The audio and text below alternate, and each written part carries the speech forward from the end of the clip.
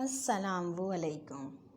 عرب کا دستور یہ تھا کہ جب ان کے ہاں کوئی بچہ پیدا ہوتا تو وہ دیہات سے آنے والی عورت کے حوالے کر دیتے تاکہ بچے دیہات کے کھلے ماحول میں بہتر پرورش پا سکیں۔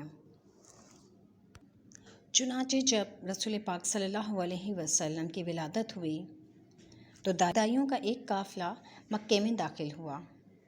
بہت ساری خواتین حضرت عبدالمطلب کے گھر بھی آئیں، لیکن جب ان کو معلوم ہوا کہ یہ بچہ یتیم ہے تو اس خیال سے چھوڑ کر آگے بڑھ گئیں کہ اس گھر سے ہمیں کیا ملے گا۔ اسی طرح دائیاں آتی رہیں اور جاتی رہیں۔ جب سب عورتیں بچے لے کے روانہ ہو گئیں تو حلیمہ سعدیہ نے اپنے شوہر سے کہا کہ خالی ہاتھ جانا بہتر نہیں، ہم اس بچے کو ہی لے لیتے ہیں، اللہ اس بچے کے ذریعے ہمیں خیر و برکت عطا فرما دیں گے۔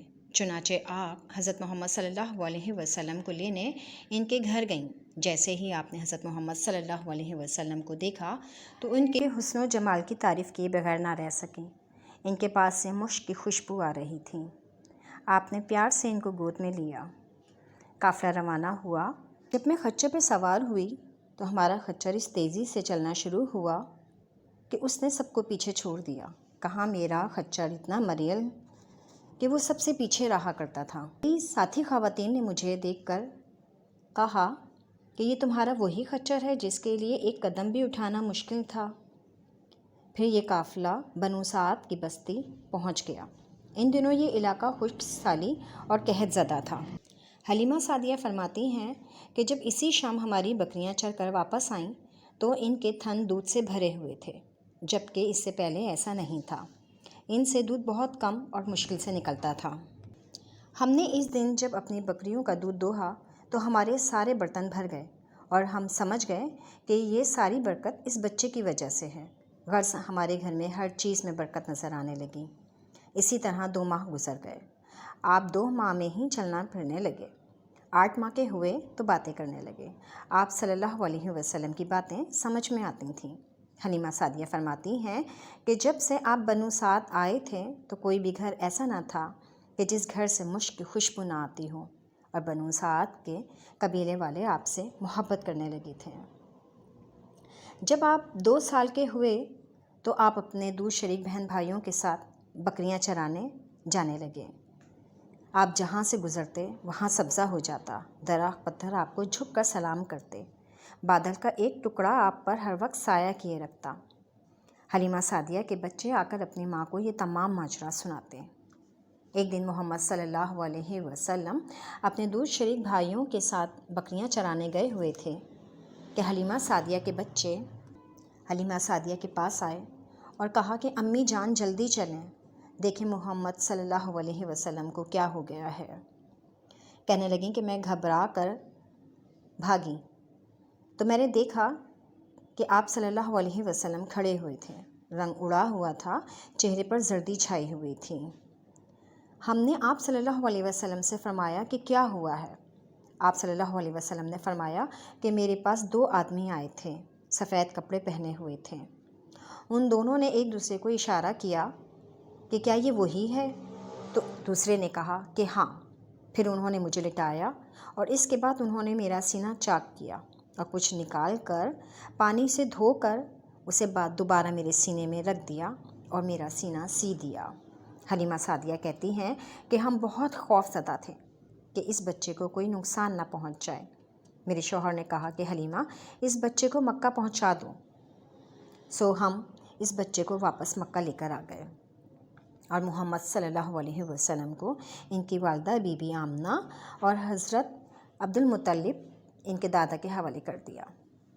جب آپ 6 برس کے ہوئے تو بی بی آمنہ نے اپنے سسر حضرت عبدالمطلب سے اپنے شوہر حضرت عبداللہ کی قبر پر جانے کی خواہش ظاہر کی تو حضرت عبدالمطلب نے سامان سفر باندھ لیا اور آپ حضرت محمد صلی اللہ علیہ وسلم، خاتمہ ام ایمن اور سسر عبدالمطلب کے ساتھ مدینہ تشریف لے گئیں۔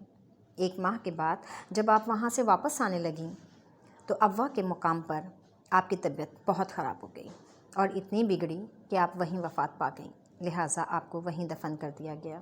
حضرت محمد صلی اللہ علیہ وسلم 6 سال کی عمر میں ہی اپنے والد اور والدہ دونوں سے محروم ہو گئے۔ اور پھر آپ اپنے دادا حضرت عبد المطلب کی سرپرستی میں رہنے لگے۔ آپ صلی اللہ علیہ وسلم کے دادا آپ سے بہت محبت کرتے تھے، دن رات اپنے ساتھ رکھتے اور اپنے ہاتھوں سے کھانا کھلاتے۔ اپنے خاتمہ ایمن کو ان کی تربیت کی تلقین کرتے رہتے ہیں۔ عبد المطلب اپنے قبیلے کے سردار تھے، تو وہ آپ کو اپنے علاقے کی مجلس میں اپنے ساتھ رکھتے۔ شروع میں تو مجلس کے شرکا اعتراض کرتے، مگر بعد میں وہ محمد صلی اللہ علیہ وسلم کے ادب و آداب، اٹھنے بیٹھنے اور بات کرنے کے ادب دیکھے تو ان کی محبت ان کے دلوں میں بیٹھ گئی اور انہوں نے اعتراض کرنا چھوڑ دیا۔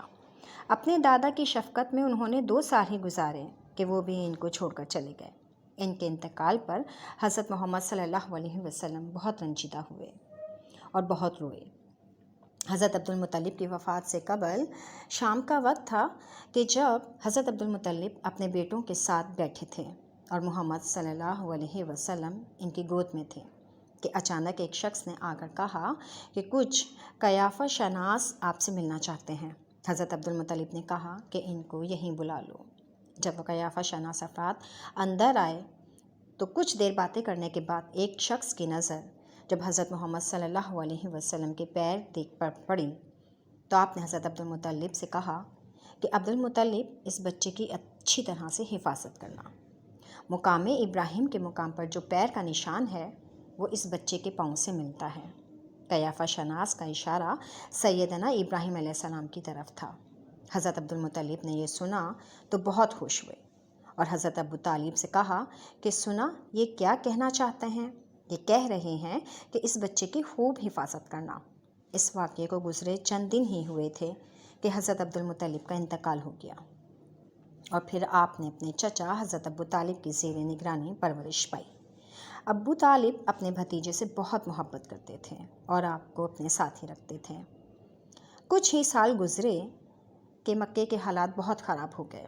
بارش نہ ہونے کی وجہ سے مکے میں قحط سالی اتنی بڑھی کہ بچے بھوک اور پیاس سے مرنے لگے۔ شہر کے لوگوں نے بالآخر مشورہ کیا کہ سب کو مل کر اللہ سے بارش طلب کرنی چاہیے۔ چنانچہ طے شدہ وقت پر سب لوگ مکے کی جانب روانہ ہو گئے۔ حضرت ابو طالب بھی اپنے ننھے بھتیجے کو ساتھ لے کر خانہ کعبہ کے پاس آ گئے۔ دوپہر کا وقت تھا اور سورج اپنی پوری آب و تاب کے ساتھ چمک رہا تھا۔ تمام قبیلے والے آسمان کی طرف منہ کر کے بارش کی دعا مانگ رہے تھے۔ حضرت ابو طالب نے آسمان کی طرف انگلی اٹھا کر اپنے بھتیجے سے کہا کہ اپنے اللہ سے بارش کی دعا مانگو۔